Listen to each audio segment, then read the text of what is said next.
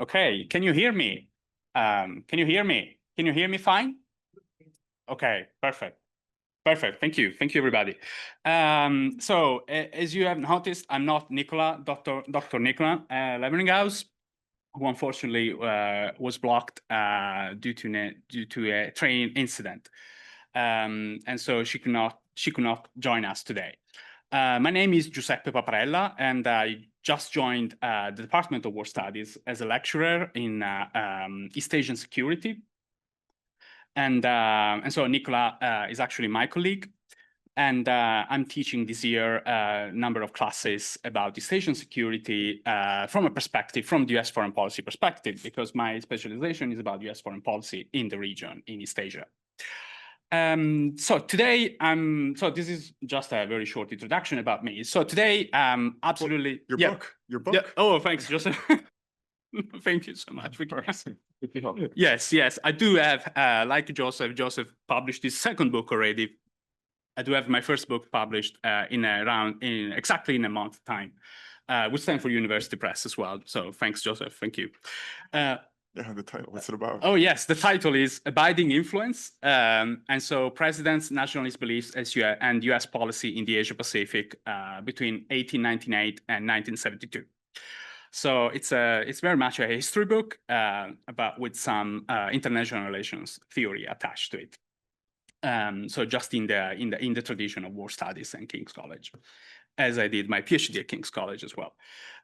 So today I'm delighted to have Joseph Torigian with us. Joseph is a professor. He's an associate professor at the School of International Service at American University in Washington, D.C. And he studies the politics of authoritarian regimes with a focus on elite and on elites' power struggles, civil-military relations, and grand strategy. And to do that, he uses primary sources, rare books, and also interviews. And his focus is especially on China and Russia. In fact, his first book, titled Prestige, Manipulation, and Coercion, Elite Power Struggles in the Soviet Union and China After Stalin and Mao, was published with Yale University Press in 2022. Today, we are going to explore and talk about his second book, titled The Party's Interests Come First, The Life of Xi Zhongxun, Father of Xi Jinping. Also released with Stanford University Press a few months ago in June 2025. And this was the book already got two prestigious prizes, the Financial Times Book of the Summer and also an Economist Best Book of the Year so far.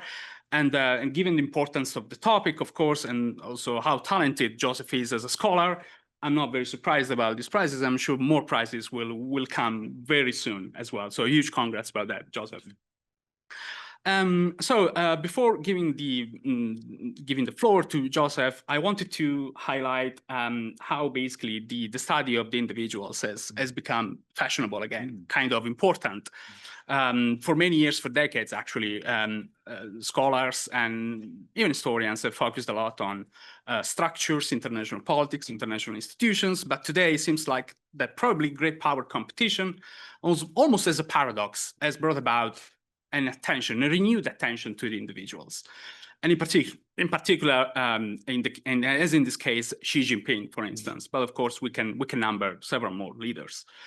And so for this, I'm also very pleased because also my research is about individuals, and so I understand very well basically where you're coming from and where would you like to go with that. And I think that this book is particularly important because it fills gaps in this research, and in particular about the PRC, and so basically about the relation. How can we better understand the relationship between the party and the individuals as well? So we would like to hear more about this specific aspect as well. So welcome, Joseph. We are delighted to have you, and the floor is yours. Please. I hope you will enjoy this time with us. Thank you. Thank you.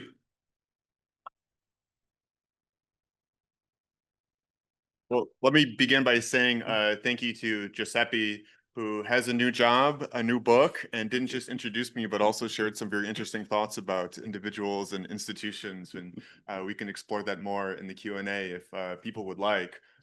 So I'm here to talk about my new biography of Xi Zhongxun, the father of Xi Jinping, a leading figure in the revolution and a high-ranking figure in the regime after it was established. So you may be a little surprised that I am going to begin my talk in Iowa, specifically one of the premier tourist attractions in central eastern Iowa, a German heritage site known for beer and crafts. In 1980, Xi Zhongxun, at the age of 67 years old, led a delegation of governors to the United States. It was a historic moment in China's opening to the West. At this time, Xi Zhongxun was the party boss of Guangdong, and the very first American consulate was built in the city of Guangzhou, the capital. And Xi Zhongxun also played a leading role in the creation of the special economic zones, which were the most famous symbol of China's new relationship with the outside world. The Americans who staffed Xi Zhongxun's trip to the United States remembered him as someone friendly and charismatic, the kind of person who would make sure that the translators had a glass of water. But he also could seem reserved and distant, like he had something on his mind. But all of that changed when he went to the Amana colonies. One person who I interviewed told me that Xi Zhongxun became a completely different person and was enthralled and was, quote, almost crawling across the table. And so you may wonder why he was doing that. One possibility is the beer was so good, and I've been to the Amana colonies and it is pretty tasty. But I think that the reason he was having such an emotional reaction is because if you go to the Amana colonies and you listen to the tour guide, you will hear a story about how a community built on collectivist and utopian principles voted 88 years after it was established to disband. So in other words, Xi Zhongxun was hearing a story about American communism in the American Midwest becoming a tourist attraction. Why? Because the old charismatic leaders had died and their successors didn't command the total obedience that the first generation did. A system of bureaucracy and privilege had emerged. The collectivist organization of agriculture had proved inefficient. But most importantly, the younger generation, inspired by the outside world, decided that they wanted a more materialist and consumerist lifestyle. So let's reflect for a moment on what kind of person was hearing this spiel. This was someone who had experienced extraordinary suffering for the cause. He was arrested at 15 years old and joined the party in jail. He nearly died fighting the nationalists on several occasions and suffered nightmares for the rest of his life because of that. On one occasion before the revolution, he was arrested by fellow communists and believed that they were going to bury him alive. Even after the communist victory of 1949, the suffering did not stop. In 1962, Xi Zhongxun was purged from the leadership and suffered 16 years of incarceration, humiliation, and exile. And one of his daughters killed herself tragically during the Cultural Revolution. In 1980, Xi and his comrades faced the question of whether what they had built with all their suffering and sacrifices would endure. And it didn't look good, especially from Guangdong province, where Xi Zhongxun was working. One reason is that thousands and thousands of people were fleeing the communist mainland for the capitalist colony of Hong Kong, many dying in the process. Young people who didn't think that the party was moving away from the tragic legacy of the Cultural Revolution fast enough were marching in the streets of Guangzhou. Thousands of miles away, in other border regions, Beijing was shocked when representatives of the Dalai Lama were met with enthusiasm, not the hate that the Communist Party expected. Abroad, the solidarity protests in Poland were raising questions about the Communist project globally. And even though Mao Zedong had just taught the party lessons about the danger of strongman rule, as Xi Zhongxun was listening to the Samana colony's tour guide, back in Beijing, Deng Xiaoping was assuming the core leader position, and he would prove to be autocratic in a way that Xi Zhongxun would find extremely disappointing. So there's many ways to try to tie the threads of a man's life together for a brief book talk, but for all of the reasons that I've begun to illustrate with this anecdote, today I'm going to talk about the question of Xi Zhongxun and political order. How a man who suffered so much for a political party thought about how to make sure it survived while he was still alive, but also into future generations. And of course, that has obvious relevance for the real reason I know that you are here, which is Xi Jinping, the son of Xi Zhongxun. So I'll proceed by addressing 5 themes: ideology, communism as a global phenomenon, Beijing's relationship with minorities in the borderlands, succession politics, and conclude with perhaps the most existential question: how to win over young people to the revolutionary project. But I'll begin with ideology because it's only with a sensitivity to this Bolshevik worldview will everything else that I have to say today make sense. Because ideology is how the party justifies itself and explains why it deserves so much devotion. So many of you may wonder how Xi Zhongxun became interested in communism in the first place. Well, he was born into a milieu that inspired radicalism. He was born in Shanxi province, where Qin Shi Huang had forged the first unified Chinese state, and emperors had ruled for millennia from nearby Xi'an. But by the time Xi Zhongxun was born in 1913, 2 years after the collapse of the Qing dynasty, this area had been rocked by years of war and hunger and banditry. So it was a place of contradiction that led to one of Xi Zhongxun's close childhood friends to later write that the region, quote, made people develop an extreme sort of thinking. On the one hand, it has a rich cultural legacy, but on the other hand, the people face a difficult situation and the chaos of war never ends. But this attraction to radicalism didn't mean that Xi Zhongxun actually really understood communism.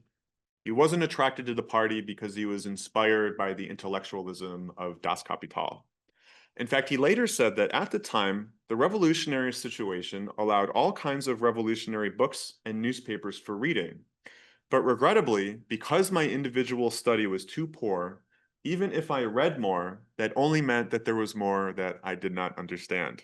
Because I was too young, my memory only allowed for half-baked knowledge, and my understanding of communism was still not deep. So you may wonder why it was possible for Xi Zhongxun to read this revolutionary literature. Well, when Xi Zhongxun was a young person, the communists were still in an alliance with the nationalists, the famous so-called First United Front. But that changed in April of 1927 when the nationalist leader, Chiang Kai-shek, famously betrayed the communists, and he and his allies throughout the country butchered them, including in Shanxi, where Xi Zhongxun would have witnessed party members arrested and executed, including students from nearby schools. It was in this environment of fear and violence that the party ordered Xi Zhongxun to commit his first revolutionary act. They told him to kill an academic administrator at his school. The assassination failed. A lot of other teachers got sick from the porridge that they ate that was poisoned, and Xi Zhongxun was arrested and thrown into jail. And he joined the party while he was incarcerated. The person who introduced him into the party, having suffered this particularly gruesome prison, killed himself in Shanghai just a few weeks later. Shortly after Xi Zhongxun was released, his own father died. It was a death related to the stress and anxiety of his son being incarcerated by the nationalists. His mother and 2 sisters died around this time as well, apparently because of the famine. He developed a skin disease so serious that he couldn't walk. The party was rounded up, essentially, almost completely destroyed. He was a wanted man, so he couldn't go back to school. And at this moment of desperation, he didn't try to re-inspire himself by reading Marx. He did it by reading a novel, which speaks to the power of cultural products and communism as a source of meaning and purpose for this generation. The author of this book was a man named Jiang Guangci. He's somewhat obscure now. And this wasn't a high quality book. One of the most famous scholars of Chinese literature, T.A. Xia, once wrote about this author that he no doubt had his fans among the barely literate youths who did not care so much about the quality of the writing as the emotions Jiang so frankly expressed. Did not Jiang's popularity in his lifetime constitute a rather unfavorable comment on the intellect of his readers of those days, who seemed merely excitable in temper and indiscriminate in taste? So this was T.A. Xia talking about the father of Xi Jinping without realizing he was talking about the father of Xi Jinping. This is a relentlessly bleak book, relentlessly dark book. It's essentially just a series of disasters that befall this young man who decides at the end that only violence can save China, so he goes off to learn about how to serve in the military. It includes lines like, "The more pain that evil society brought me, the more powerfully did my resistance develop." So ideology could inspire, but it could also be dangerous too. And in 1935, it led to dogmatic blinders, and it intensified inter-party struggle, and it led to Xi Zhongxun being thrown in jail again, this time by his fellow communists. You might wonder why. So Xi Zhongxun and the other Northwesterners were trying to build up base areas. And when other communists arrived, they decided that the way that Xi Zhongxun was going about it was wrong. Because Xi Zhongxun believed that what you needed to do was work at least somewhat with powerful local figures, and that you didn't want to get too close to the cities because that would make you vulnerable to a nationalist counterattack. But these other communists who learned about how to fight a revolution only from books decided that this was surrenderism, that it was rightism, that it wasn't just a difference of opinion, but a manifestation of an ideological heresy.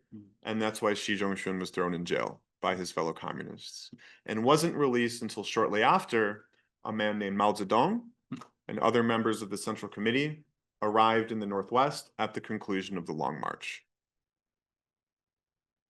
The question of ideology was prominent for Xi Zhongxun once again in 1952, when he was brought from the Northwest to work in Beijing. And his very first job working in the party center was Minister of Propaganda, which meant that he was tasked with explaining to hundreds of millions of Chinese people what communism was and why they should sacrifice to build it. 10 years later, in 1962, Xi Zhongxun is purged from the leadership. It was a novel that got him onto the path, and it was a novel that knocked him off, because the official charge against Xi Zhongxun was that he facilitated the publication of a book, a novel, about one of his fellow Northwesterners. And Mao Zedong, who at the time was afraid that the party was losing its focus on class struggle, saw this as a manifestation of ideological heresy. And Mao made a quote that later became famous that, "Isn't it interesting that now people are using novels to engage in counter-revolutionary activities?" And that phrase was about the father of Xi Jinping, Xi Zhongxun. He spends 16 years in the political wilderness. When he's rehabilitated, now the party knows that something has gone deeply and fundamentally wrong with the revolutionary project, and they're trying to figure out what to do next. And it's not immediately obvious. And it leads to something that Chinese intellectuals at the time came to call the dilemma of the 3 and the 4. So the 3, of course, refers to the Third Plenum of 1978, one of the most famous moments in modern Chinese history, when officially the party decided that class struggle would no longer be the party's priority, but economic modernization. But it was only a few weeks later that Deng Xiaoping gave a speech in which he introduced the 4 cardinal principles that were very conservative and that, in fact, stated explicitly that China would never move away from Mao Zedong thought. And when people saw Deng's words, they wondered, well, does this mean that reform and opening is over? And so Xi Zhongxun, interestingly enough, was thrilled when Deng Xiaoping made those comments. Why? Because according to Xi Zhongxun, only with the 4 cardinal principles can thought be liberated in a way that is right and not wrong, effective and not formulaic. And even as Xi Zhongxun was acknowledging that China needed a material civilization, meaning economic growth, to save itself, Xi Zhongxun said it was also necessary to have a spiritual civilization. But what's interesting is Xi Zhongxun also still wasn't quite sure what communism was. And so he says around this time that China has already done socialism for 32 years, but we are still groping for just exactly what kind of road we will take. The groping might take a long time before a relatively complete socialist system is achieved. So people need to believe in socialism, but we're still not sure exactly what socialism is. But we need to grope a little bit more. And so this led to a lot of zigs and zags throughout the 1980s.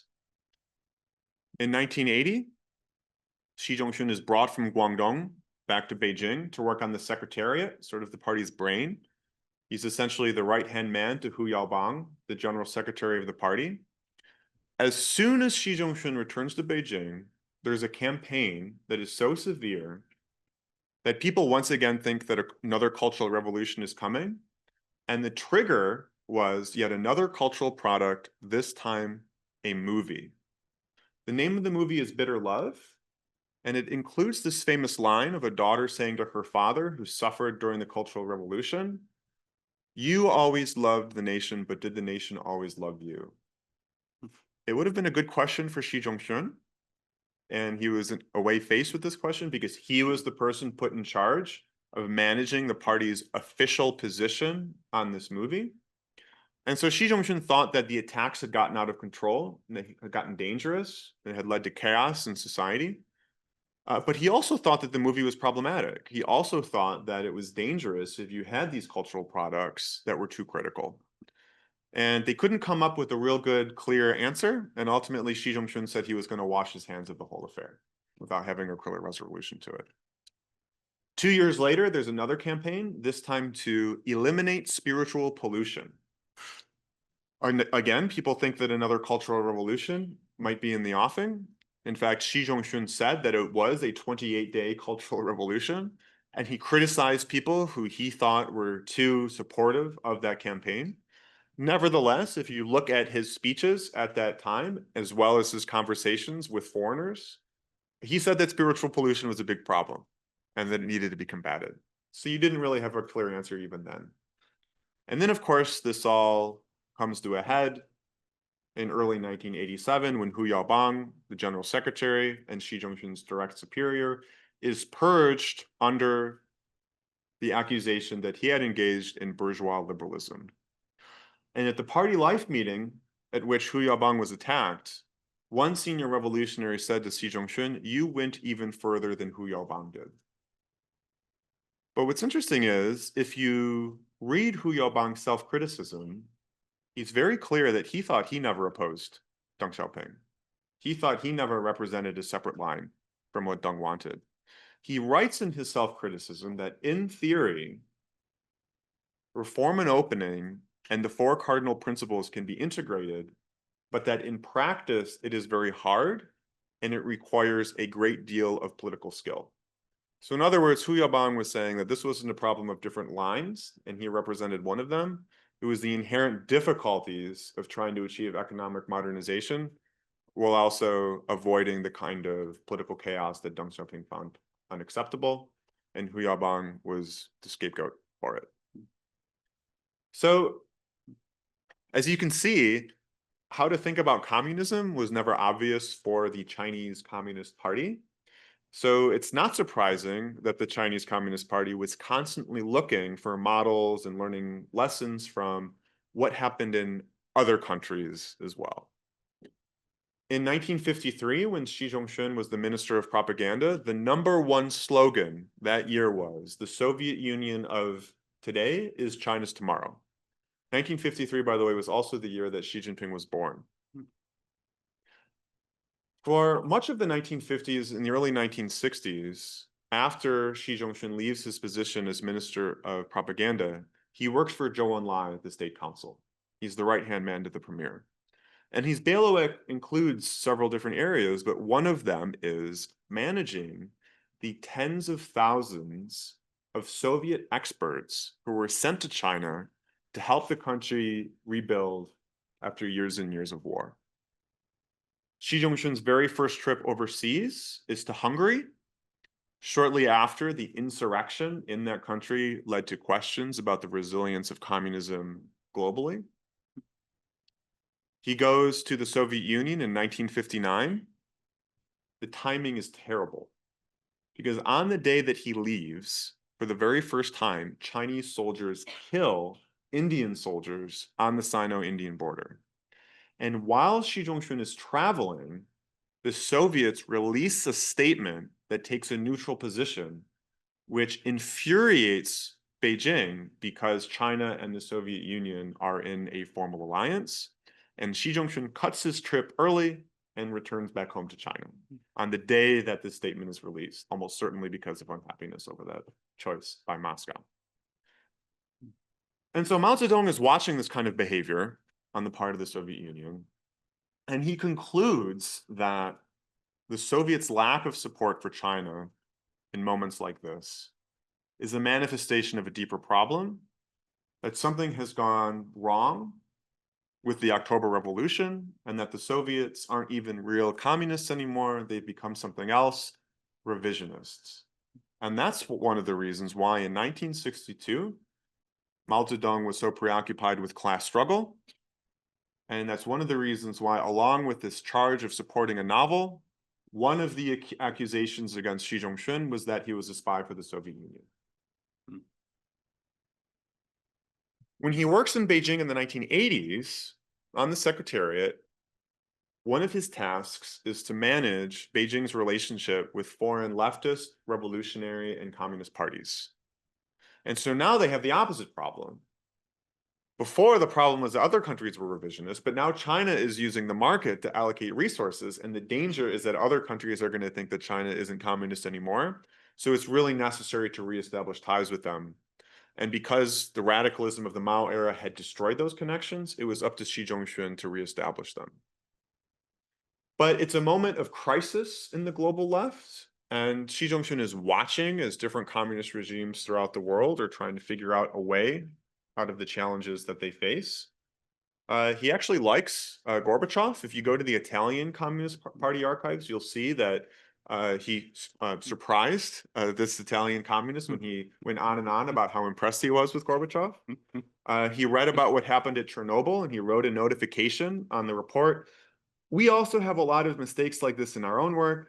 It's certainly true that bureaucratism is much more terrible than radiation. But as he's watching communism collapse, you may wonder whether he thinks that China is the next to go. And he says that that's not the case.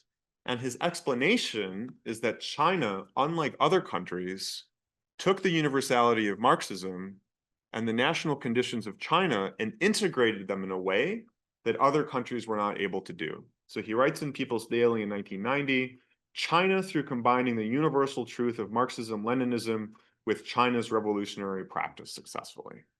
Now, he doesn't say how much of this success was communism and how much of it was China's national conditions, but that's his answer. And he also blames the West.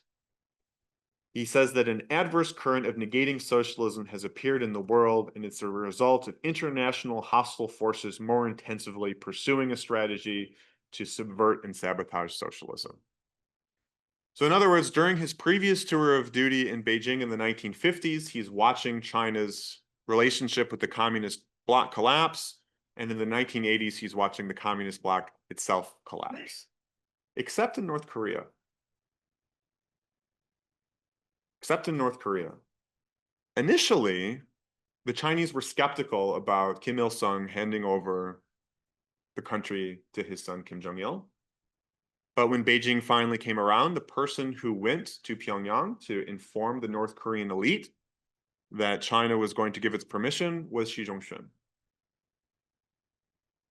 Interestingly, Xi Zhongxun typically did not talk about his suffering during the Cultural Revolution, but Kim Il-sung, who was 1 year older than him, pressured him, and they had a conversation about it. And we can wonder why that was the case.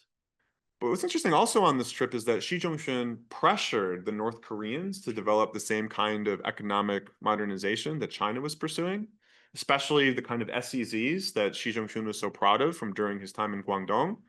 But the North Koreans weren't interested. And we have from the East German archives words from Kim's mouth like the Chinese are not revisionists and not really communists. We're the only ones in Asia who are still really communists. So it didn't really work.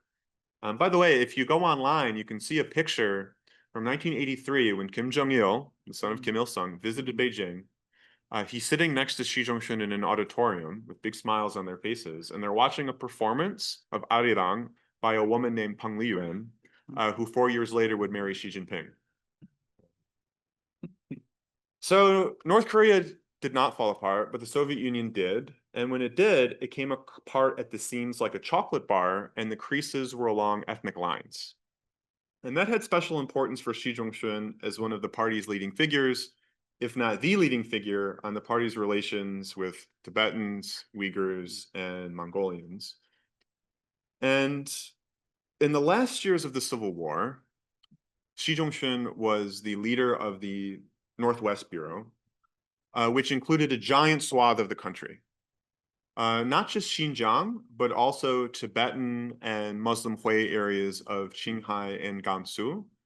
And so Xi Zhongxun said that to do work in the Northwest means doing ethnic work.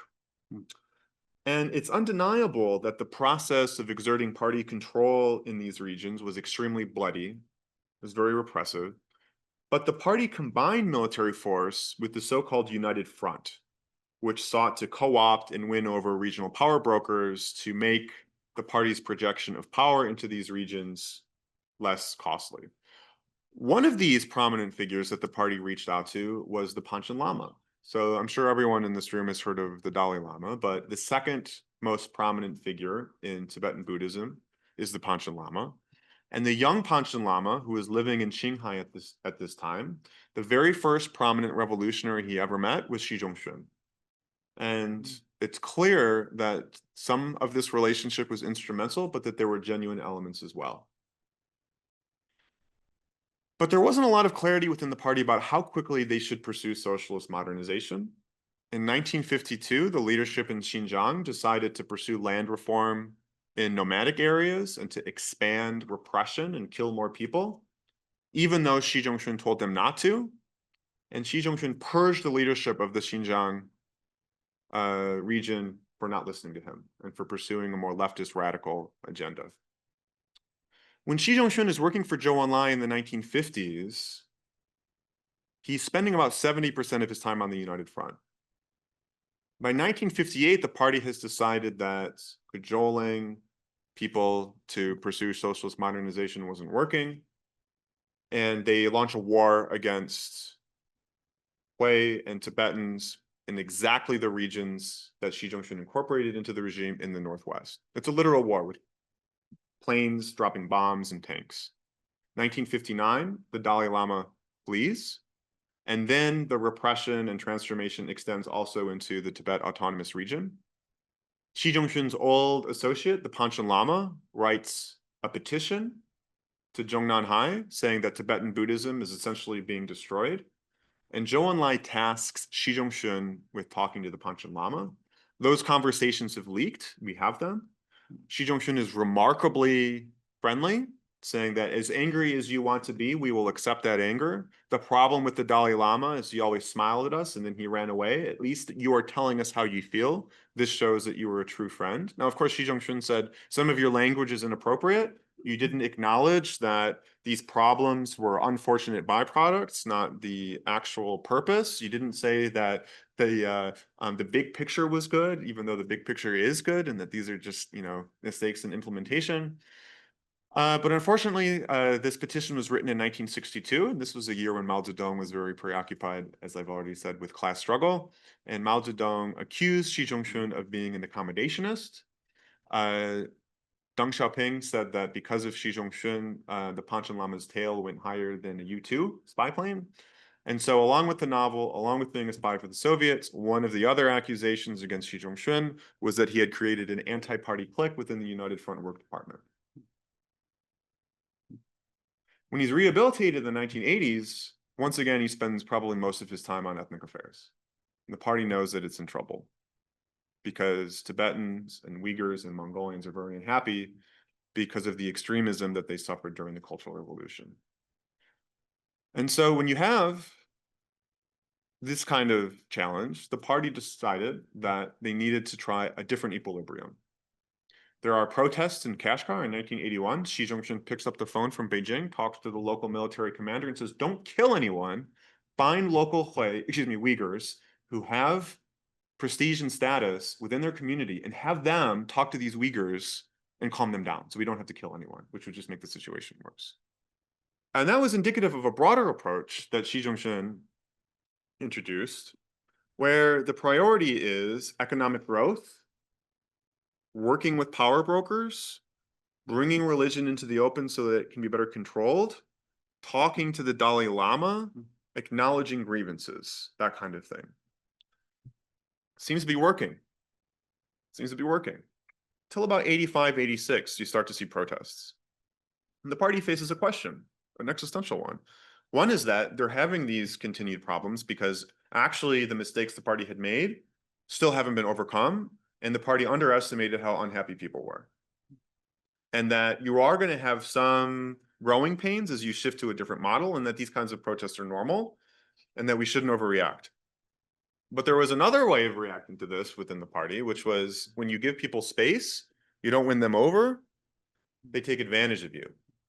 And that really only people do what you want when you frighten them and scare them, because these are not people who are worried about legitimate grievances. They're splitists, and they're put up to it by the Americans and the Dalai Lama and the Indians.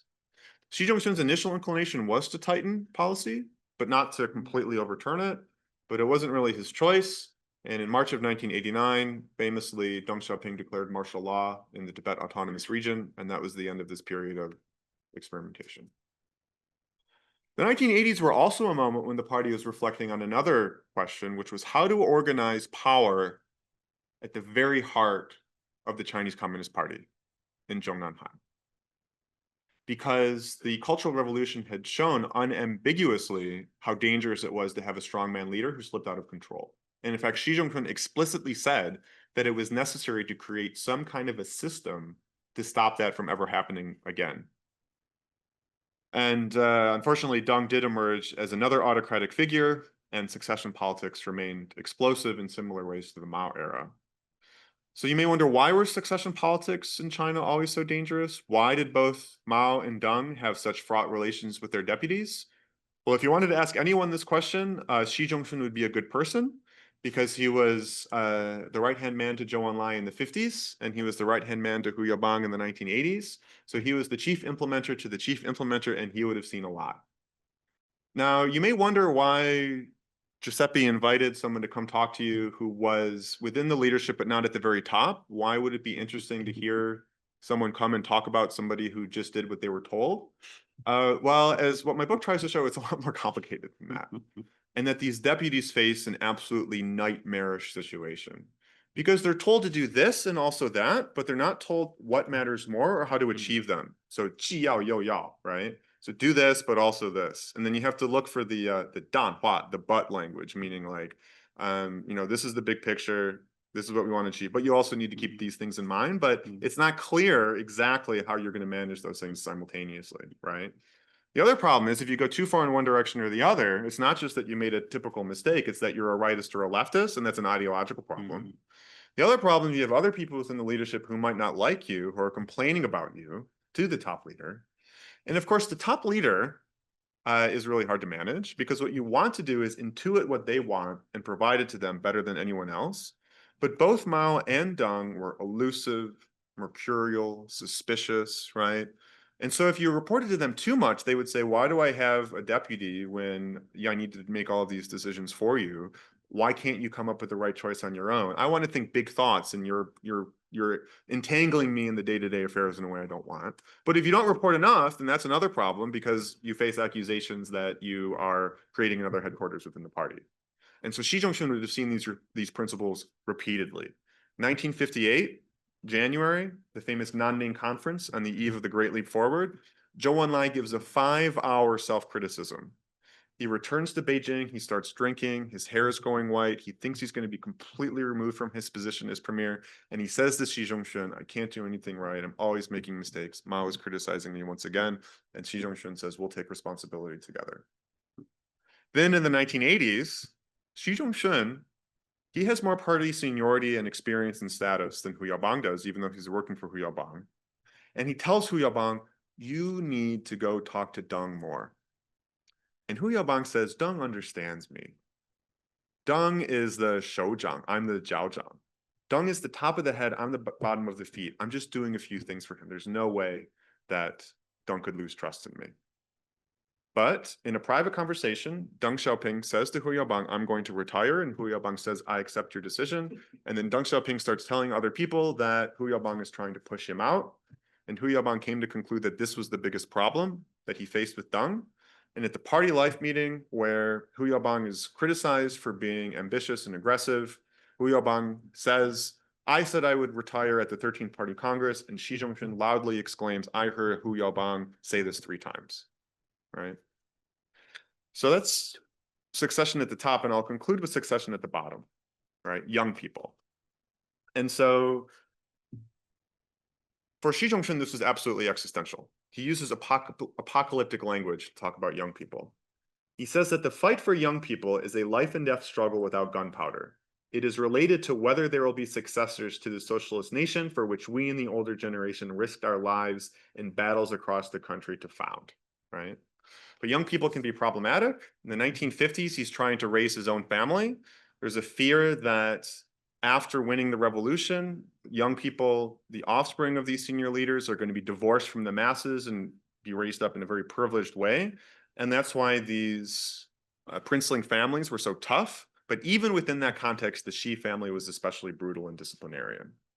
Xi Zhongxun thought about young people again in the 1960s when he was beat up by them, the beginning of the Cultural Revolution, when Red Guards kidnapped him in Henan province, dragged him to Shanxi province, confined him in a dormitory, except when they brought him out to struggle sessions.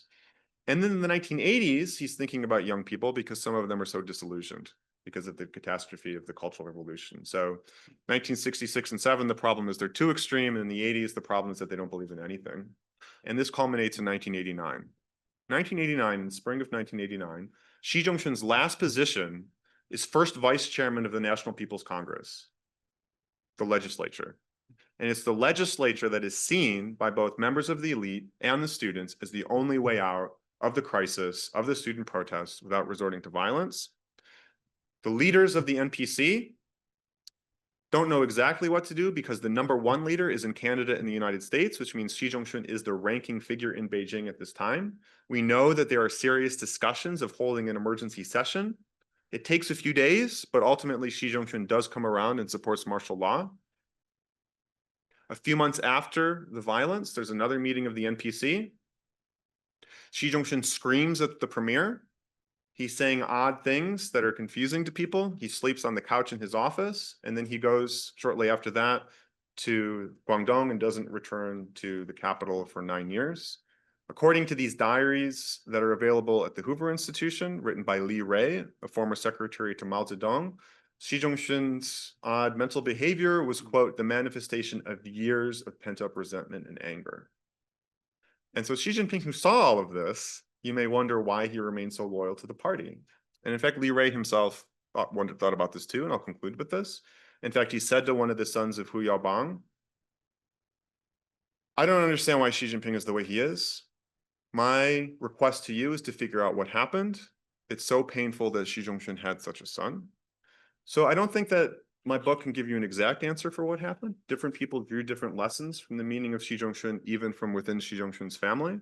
One daughter committed suicide during the Cultural Revolution. Another daughter became associated with these pro-reform, pro-constitution, pro-rule of law circles in Beijing. All of the other ones who are the direct siblings of Xi Jinping made a lot of money, except for Xi Jinping. So what is Xi Jinping? Well, he clearly seems to believe that the question isn't why would I be loyal to a party that made my family suffer so much, but why would I give up on a party to which my father remained loyal despite everything? And so what Xi Jinping says he's trying to do is break this system of one dynasty collapsing after another for millennia by taking Chinese traditional culture and baptizing it in the legacy of his father's generation, something he calls self-revolution. And so the question, I think, most interestingly is, what Chinese young people think about that. And I'll stop there. Absolutely. Fascinating. Wonderful. Thank you, Giuseppe. Thank you. Wow, that was seriously amazing. I do have many questions actually, but I'll just make one, and then I'll give the floor for the Q&A to the audience. So probably I got this question already times and times over, but of course this is about the connection what you were mentioning. I do have another question about the Italian communists, by the way, but I will spare the Italian Communist parties are great. The Gramsci archives are amazing, by the way. Yeah, yes, they are absolutely. I recommend it if you want to study communism also, and the Italian Communist Party, and also the relationship between the Italian Communist Party and the Soviet Union and the CCP as well. So we got told by scientists, neuroscientists, that trauma gets transmitted from generation through generations, right? And so Xi Jinping's father, actually, we can say that he got a lot of traumas, right? He was incarcerated several times. He got punishments and so on and so forth. Do you think that there was? I mean, do you see a link? Do you see something? I don't know. Can we make an argument like, okay, probably Xi Jinping way of thinking is also no, of course, not only shaped by that, but can this be shaped by the traumas that his father endured? What do you think about that? That's a really good question. In fact, tonight I'm going to a ballet that's a reinterpretation of a Balanchine that apparently is about generational trauma. So it seems to be a theme of the night. But you know, we have to be careful when we talk about psychology, right? And the reason for that is psychology and history are different disciplines for a reason. Part of it is that both need a lot of training. And so when you go to psychologists and you ask them to diagnose someone that they haven't spoken with, they always refuse. It's part of a code of their guild, so to speak. And so we can't reduce politics to the psychological, I think. And so to explain Xi Jinping and his family, I think we need to look at multiple different issues at the same time. Nevertheless, one of them is his early childhood and what he witnessed through his father. And so I think some of what he's doing arguably could be understood in that context. But it's partly psychological, but it's also partly this worldview that I keep describing, right? Which is that when you suffer trauma, for true communists, the inclination is to double down even stronger because you want to prove that you're just as good as anyone else. So there was this Northwesterner named Liu Zhidan, who was an early mentor to Xi Zhongxun. And the reason he was killed is because even after Xi Zhongxun and Liu Zhidan were released from jail in 1935, when they were incarcerated by their fellow communists, on their sort of permanent record, their personal files, they were still listed as rightists, right? So even they were allowed to work for the party, but they still had this tail, like they still had this charge against them. And so Liu Zhidan got himself killed on the battlefield because he risked his life to show just how dedicated he was. So that's the kind of attitude that they had. And so part of it is cultural, part of it is psychological. I will also say that people who went through the trauma, it meant different things, right? And so for some people who went through this trauma, the answer was, I want to make up for lost time and have fun and make money and go overseas and that kind of thing. For other people like Liu Xiaobo, whose father was also a communist and whose father was also famously disciplinarian and who also was about the same age as Xi Jinping, and also talked about how tough he was because of what he went through, he decided that China's future should be completely different, which was about forgiveness and love and not struggle. And Liu Xiaobo died in jail, and Xi Jinping is the leader of the country. And so I don't want to reduce these terrible experiences to only one reaction, even at the same time that the fact that these things happen to him are, I think, useful for understanding more broadly about what's going on. Gives more context. Exactly. Right. Okay. Wonderful. Thank you, Joseph. Questions? Yeah. Thank you. Oh, one sec. Let me give you a microphone. Thank you, Amy. Thank you.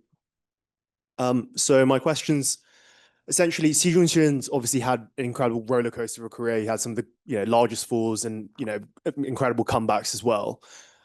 Firstly, do you think that his ability to keep coming back is a demonstration of his sort of political nous and being able to play the political game? And then secondly, do you think that Xi Jinping has learnt from his father's sort of roller coaster career? Yeah. Should we collect a couple, Sure, 3 questions? sure. Okay, thank you. Oh, that's okay. I'll remember. Okay. The gentleman over there. Yeah. Yeah, thank you very much. I've taken a lot of notes. First film I ever paid to download on Amazon was Wolf Warrior 2, but I haven't got round to the 800 yet. My question is, what was his role during the time after the Marco Polo Bridge and the Japanese invasion? What was his role during that period? Because of course we tend to forget that Zhou Enlai was in Chongqing during the Second World War alongside the nationalists. And what actually is the whole truth about that? I mean, who bore the brunt of the fighting against the Japanese? Which I think, whichever side people are on now, I mean, it is really quite scandalous how little this is all understood in the West. Thank you. Let's go with these 2 questions. Yeah. So your question about whether Xi Zhongxun's ability to resurface on so many occasions had something to do with his political skill, that's a really interesting question. One person who spoke to Xi Zhongxun told me that Xi Zhongxun bragged to him that Deng Xiaoping had been persecuted by the party 3 times, and he, Xi Zhongxun, had been persecuted 5 times.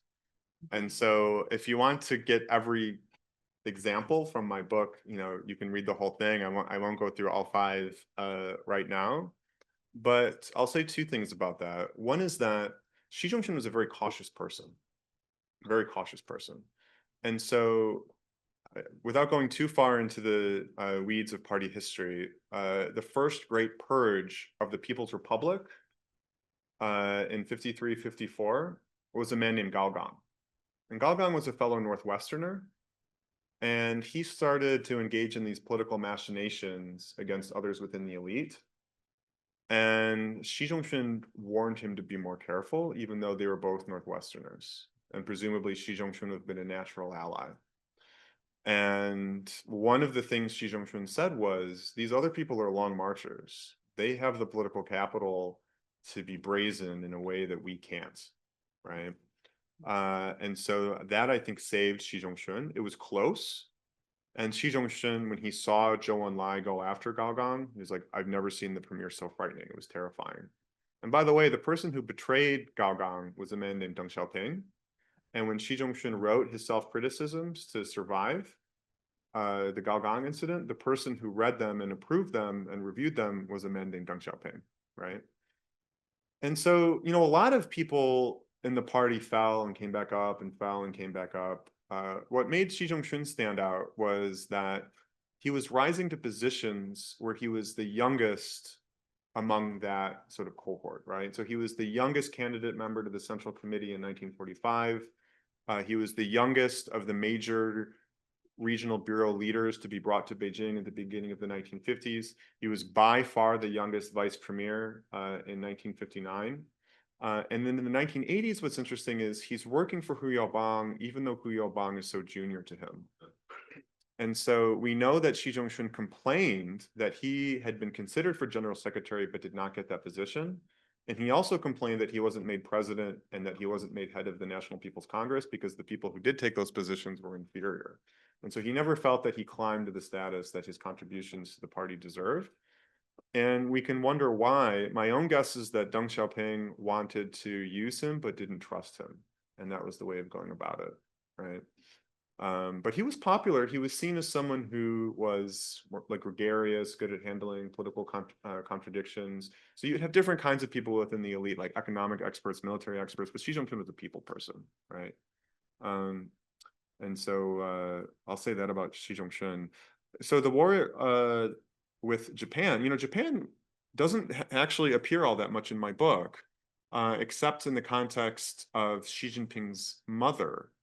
because his mother actually was in Beiping when the full-blown Japanese invasion started, and she saw Japanese troops in the city right before she was going to start school, and saw young Chinese singing patriotic songs at them, and was nearly arrested. She saw the devastation of one of the most bloody Japanese campaigns in Shanxi. But Xi Zhongxun was always distant from the front lines. What's interesting about Xi Zhongxun is, for much of the 1930s and early 1950s, he's at the southern tip of the Yan'an base area, at the most vulnerable place where the United Front is the most important. And so, the nationalists and the communists had a very complicated relationship with each other during the war. It was a mix of competition and cooperation. And so Xi Zhongxun, at this regional position in the far south, he had to figure out who the enemy was, who friends were, who were in the middle, how to win them over, how to do spycraft, how to do undercover work, how to be aggressive enough to hold your position but without triggering backlashes, the clever political use of force. And so he learned a lot about politics doing that. And then the other thing he did was in the later years from about 1943 to 1945, he led a corner of the base area where the rectification campaign went off the rails. So what was the rectification campaign?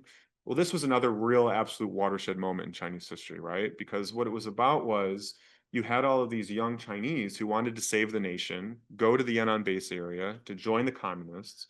But young people can be arrogant, they can be individualistic, they can have trouble following directions, they can be excitable. And so they understood that they wanted to become tools of the party, but to destroy what the party called bourgeois individualism was an emotionally grueling process. And it turned ultimately, as it expanded, into a spy hunt, and it famously was especially bad in the area where Xi Zhongxun was. And if you want to hear how bad, you can look at the book. And it was in that milieu of persecution that was targeted primarily against women at a high school that Xi Zhongxun married a young woman at that high school who is Xi Jinping's mother. Thank you. This gentleman first, and then. Hi, thanks for the talk. Really enjoyed it. So, my question was about, because you mentioned at the start when you're talking about, I guess, the anatomy of Xi Zhongxun's motivations of joining the party, and you made this offhand reference to, I guess, the issue of political order, and I was wondering, to what extent, at risk of being both very anachronistic and kind of ambiguous, to what extent do you think, I guess, like the Hobbesian kind of motivation predominated over a Marxian motivation? And to the extent that as he kind of develops as a figure in the party, he kind of fleshes out his kind of theoretical thinking apropos like Marxism-Leninism, to what extent do you still think the basic attitude towards the priority of kind of political stability and keeping China unified, that's kind of predominant motivation, or would you say that's an oversimplification, or do you think he becomes, or like the Marxian elements come to predominate over, I guess, that initial impetus of being in such an unstable environment? Thank you. That's a good question.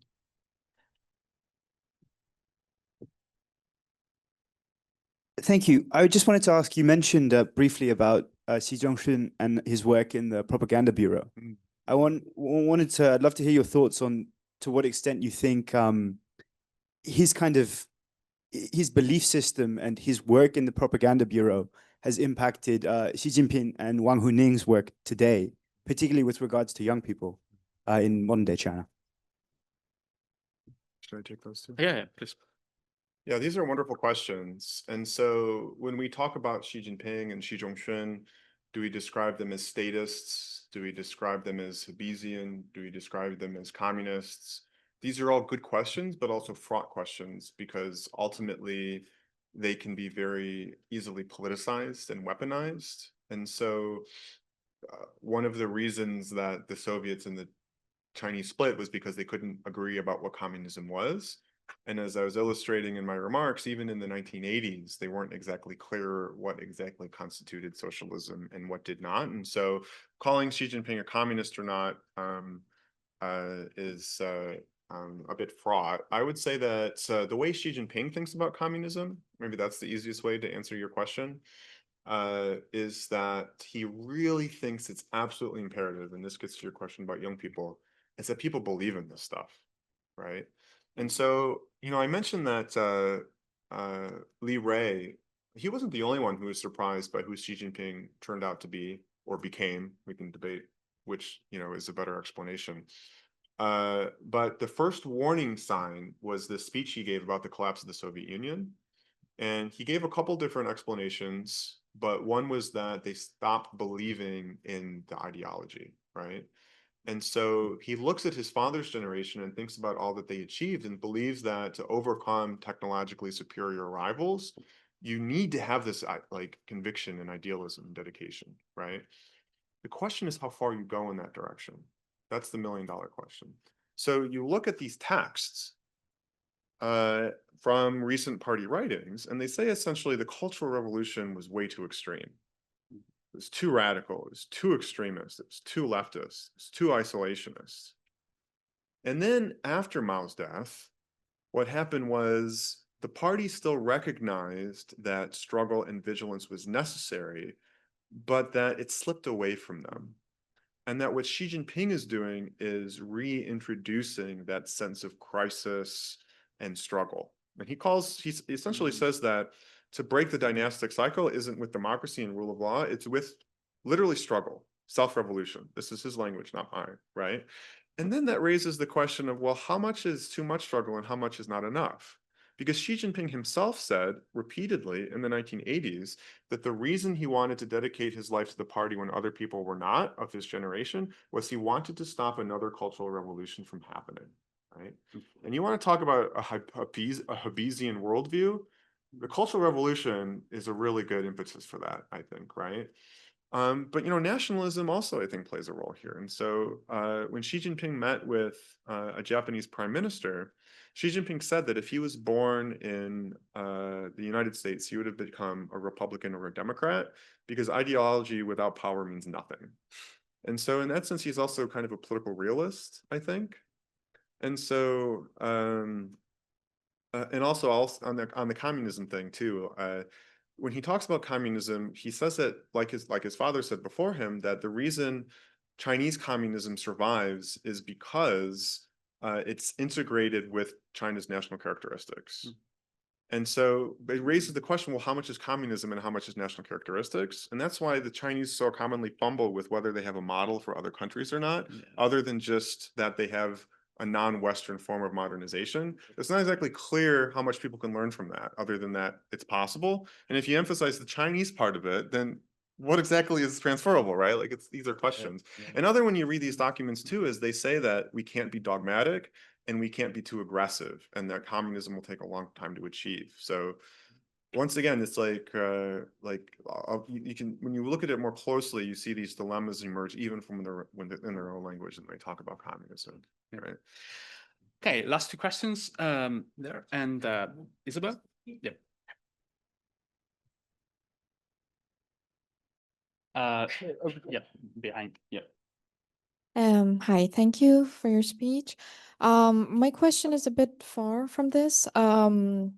How do you think Xi Zhongxun's experience with the Soviet Union has affected, whether negatively or positively, Xi Jinping's relationship with Russia today? Can you please? Thank you. Thanks so much, and a wonderful talk, Joseph. Thank you.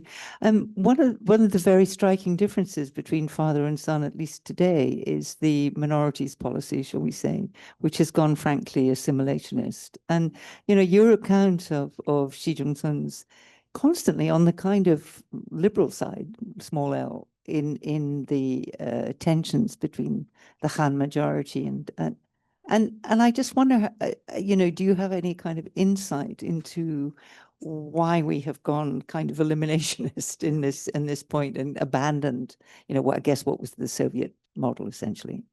It's a really good question. So on the Soviet Union, I wrote an article for Foreign Affairs on exactly your question, and so it's a really good one. And the answer, I think, is that this history of the Xi family is in a way a history of China-Soviet relations, And that what it demonstrates is you don't want to be too close to the Soviets, and you don't want to be too far away from the Soviets at the same time. And that one of the reasons the relationship failed in the 50s and early 60s is they were too close, right?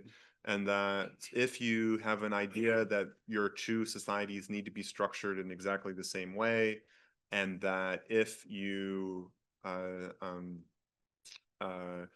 don't have exactly the same policy towards the West, that it means that there are ideological problems and issues of treachery and betrayal.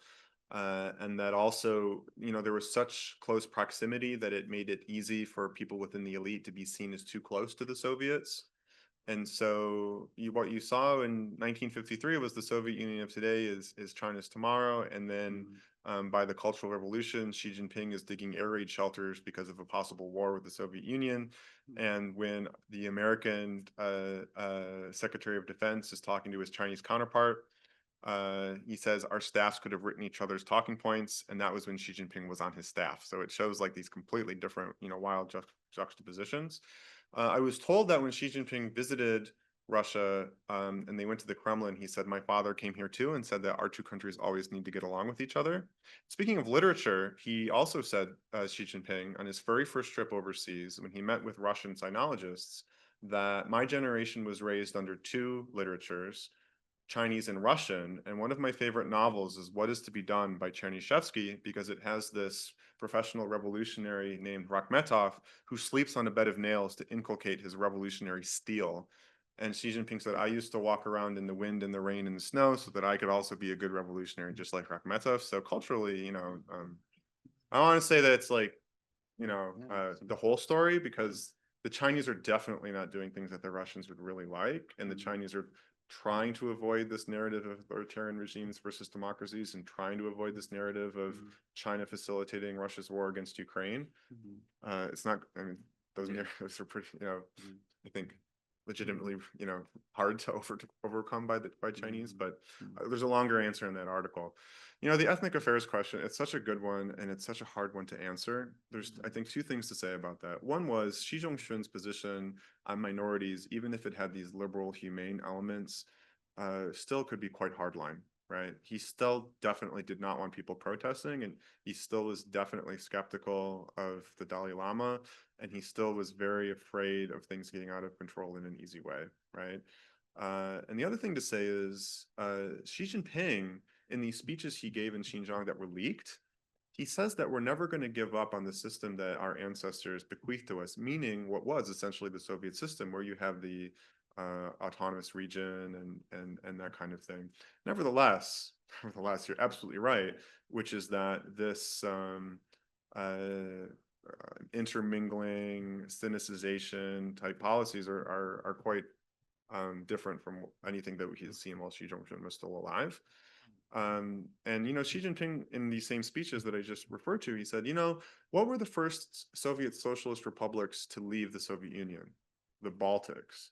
What were the Baltics? The most economically advanced. What does that mean? It means that the ethnic question is not an economic issue, right? And I also think Xi Jinping's own thinking might have evolved on this by looking to see what was happening in Xinjiang and trying to figure out what to do about it. And I also think that, as I said, he really cares about ideals and conviction and motivation. And so by getting into people's brains and changing how they think is how he thinks about solving problems. In a way, this is very similar to, I'll conclude with this, when you look at KGB documents from the 60s and 70s, where Andropov said explicitly that we have people who are not breaking the law. And it's a problem that they're not breaking law, because if they did that, we could just arrest them. The problem is that they're being affected by outside ideological thinking, everything from avant-garde to jazz to materialism. And they're deliberately not crossing any lines, which means that we need to combat what's going on ideologically, which becomes very difficult and fraught, right? And so he uses that, this party uses that exact same language in internal documents where they say that Uyghurs are not breaking the law, but that the virus of dangerous thinking is there, and that's what needs to be overcome. And he looked at the collapse of the Soviet Union, he saw the failures of his father's generation, and I think he wants to solve them permanently and break, once again, this dynastic cycle stuff. by making it inconceivable in the heads of Tibetans and Uyghurs and Mongols and Hui that they're Chinese, and they always will be. Oh, thank you so much, Joseph. There was thank you also for your comprehensive answers for doing this Q&A. I didn't, unfortunately, give a complete answer that I should have, so I apologize to people. But yeah, And there are a few minutes probably later. I don't know if you can stay. And also, I would like to remind everybody there are a few copies of the book for purchase on the back. And yeah, thank you so much, Joseph. Oh, That was thank you. great. That was great.